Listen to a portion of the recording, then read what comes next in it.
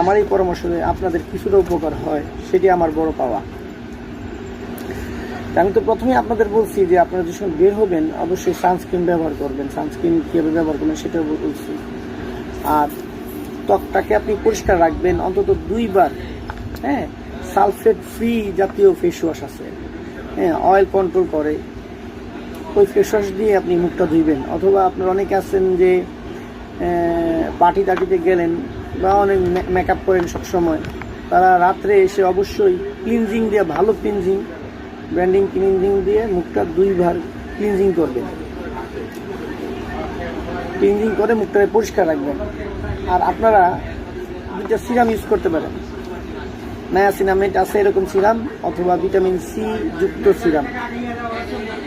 5% থেকে 10% নায়াসিনামেড সিরাম এটা ইউজ করবেন। আর 10 থেকে 15% আছে ভিটামিন সি যুক্ত সিরাম, এইটা ইউজ করবেন। এটা ইউজ করলে ত্বকটা আপনার আস্তে আস্তে উজ্জ্বল হইব। আর কালচে যেই ভাবটা আছে এই ভাবটা অনেকাংশেই কমে যাবে।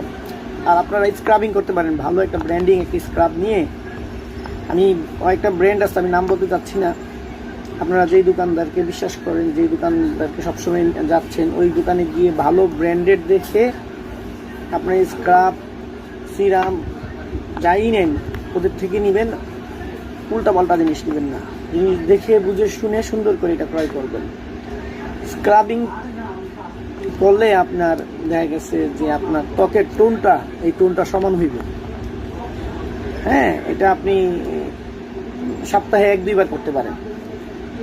হ্যাঁ, আর ঘুমাইবেন সুন্দর করে, আপনি ঘুমাবেন নিশ্চিন্তে। চিন্তা তো সব মানুষেরই আছে জীবনে।